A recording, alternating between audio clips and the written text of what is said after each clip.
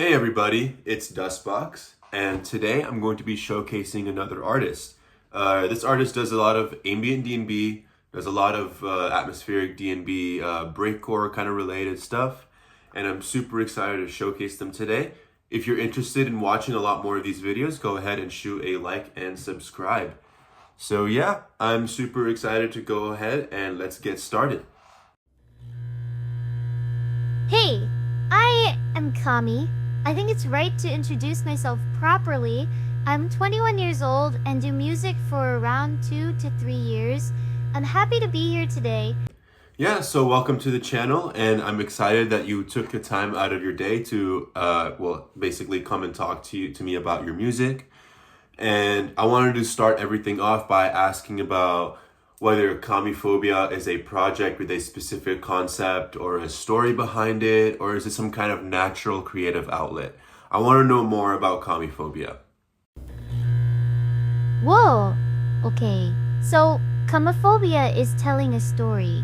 It has a really dark one. But with that, I wanted to give the problem of bullying a face and what can happen if it goes too far. I am sure you want to know it, so don't worry. I will tell you. Yeah, so bullying unfortunately is something that is extremely common. It's just kind of, I feel like, one of the unfortunate sides of human nature where we put people down that we view lesser than them or like something along that kind of line. And it's just such a, it's such a sad thing to hear about, especially when it like involves people that get severely affected by it. But I'm kind of happy to hear some sort of representation about the issue, especially through Kamiphobia. But yeah, I want to hear more about Kamiphobia as a concept. I want like a little bit more of like a detailed idea behind it. Like I want to know more about it. So how does the concept of bullying tie into Kamiphobia? Kamophobia is about a girl called Azami who got bullied by everyone she knew. Except one girl. She was her best friend and both loved each other but never told it. Azami was heavily depressed and suicidal. It all went so far that she wrote her goodbye letter and went to her favorite forest to end her life. Her friend found the letter and did everything to get to her, but she was too late. She couldn't help Azami anymore. All she could do was watch and be there in her last moments while Azami's life faded away. Yeah, that's the story. It took kinda long to finalize it, but I think it describes really good what can happen bullying innocent people. So yeah, that's a really grim story to hear about, especially something that involves such a harsh reality that a lot of people face. It's just kind of like one of those unfortunate things that I feel like people don't talk enough about. And because it has such a high amount of stigma and a high amount of sensitivity, it creates like this barrier, I guess, in terms of like talking about it. And like mental health in general is something that is so shunned and like so important at the same time. And like things like this are why I feel like it's so important to discuss mental health and issues like that, because it can prevent future incidents like that happening.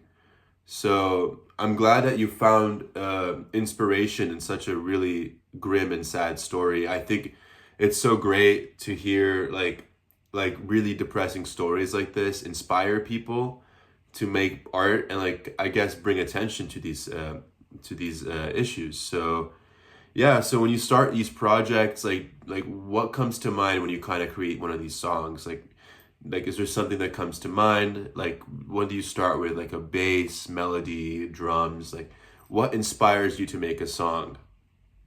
To be honest, I need a reason to make a song, like something that happened to me or feelings I have or had. That's how my songs start. Well, in production-wise, I start with the melody and work around that. Next question. Yeah, that's really cool. I personally start with my drums. Whenever I start making a song, I think whenever I start with the drums, the mix is always a lot cleaner. But at least that's just my own personal opinion. I feel like everybody kind of has their own way of starting a song, which is pretty cool. But yeah, like, is there anything that's coming up in the future? Like, is there any like new projects, anything coming up? I do have some projects running, but I kind of want to keep it a secret. All I can say is that next year will be big.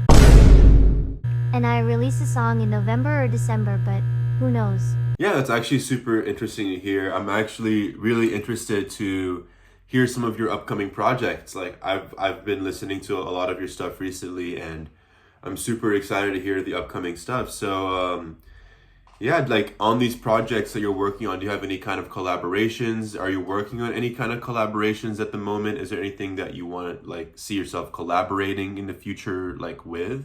Collaborations are a hard topic for me because I lost the trust in 90% of the people because of some stuff that happened this year. Can say that I am working on some collaborations, although I do have to admit that my biggest wish is to collaborate with Rory in early 20s. Yeah, I know. It's kind of an impossible thing. Well, yeah, I understand. Like, I feel like, especially in the music industry, a lot of stuff happens where like the collaborations either fall through or something, some kind of drama happens. It's always some weird, and like it's totally fine. To, like have like collaborations and like not really follow through with them. It just kind of happens. Like it happens a lot more than people think.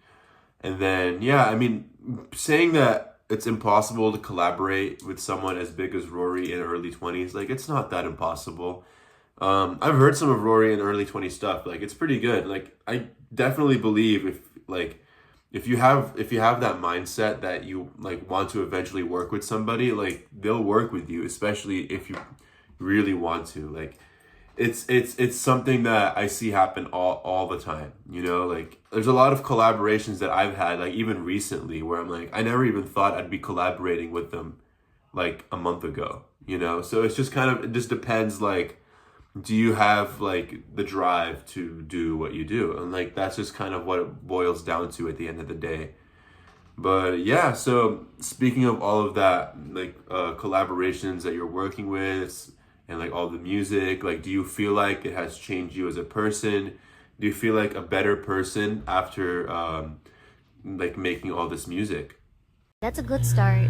The whole point why I do music is to cope with my own problems and be there for people who need it the most. I mean, music really can cure deep wounds. You just have to know how. I mean, I am diagnosed with BPD and I'm bipolar. In addition to that, I got depression and the only way for me to cope with it was music. So I started producing. Well, I think it's great that you found music as a healthy coping mechanism for a lot of the mental issues that you face. And it's a good thing to at least have some sort of coping, like way to cope, especially when you go through stressful situations, which like everyone kind of does, you know? So whenever like I hear people like, yeah, like I go through some like really difficult times and like music has helped me change through that. And that's really nice to hear. So yeah, like do you feel like the music that you've made has changed you as a person? Like do you feel like a better person now that you make the music that you do? If music changed me? Yeah, definitely.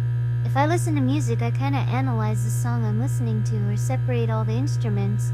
It changed me as a person too, though. However, I can't really describe it. I just know it did. Next one. Yeah, I kind of do that too. Like I feel like a lot of the songs that I listen to, like I can like break down in my head and I get too analytical about it. It's like especially like after I started producing, like it's so bad. Like I can never listen to a song normally again. So I totally relate to that. But yeah, out of all the music that we've been talking about and everything, like what would you consider to be your favorite song that you've released, or also your least favorite? Just what's like the most impactful favorite song that you've had, like that you've released so far? My favorite has to be Comic Core. I mean, I've spent over 8 months to make it. Composing, mixing, mastering, and writing lyrics. Good thing is that I learned Japanese since I'm 16, so I used the real Miku for the lyrics, not the English one. So yeah, Comic Core is my favorite. However, my least favorite are basically all my old songs which I removed off of streaming platforms. Next! Yeah, Comic Core was the song that I heard that got me into your music. So I enjoyed that song. It was pretty good. Yeah, honestly, I feel like a lot of people hate their older stuff. Like I feel like it's such like a common thing that I see among artists is like they either hate the older stuff or they hate like their most popular stuff. But yeah, so actually I want to take a little bit of a break from all the music stuff. I mean, it's still gonna kind of involve music, but I want to go into more in detail about yourself, like Kami herself. So I want to know more. I want to know, what is a toxic trait that you have? Toxic trait? Oh yeah, definitely. When I work on a song, the feeling that it's bad gets bigger and bigger with every minute I work on it. Just to get told by friends that it's a really good piece. Yeah, I totally get it, dude. Like, you're honestly your own biggest critic. Like, it's just kind of like one of those things where, like, nothing is ever perfect in your head, and like everybody else enjoys it around you, but like in your head, you're like, this song is terrible. You know, like, oh, this, like, it's just like, it happens to like every artist that I know. So it's just kind of like kind of typical, but all right. I was also wondering, if you were to listen to a song for the rest of your life, like the soundtrack of your life, like what song would that be? This is actually a hard question, except the one where I had to ask you to explain me. I would say Mesmerizer by 32 Key. I just love this song. Okay, next question. You know what's funny? That was the first time I listened to 32 Key, and I'm not gonna lie, like that was pretty good. Like after you said that, I was like, okay, I gotta go check that out. And then I checked it out, and I was like, oh, okay. It's like it was like pretty hardcore and like happy. Like it was happy hardcore. I enjoyed it. But yeah. So now I'm kind of curious as to, how do you stay productive? Like what keeps you going throughout the day?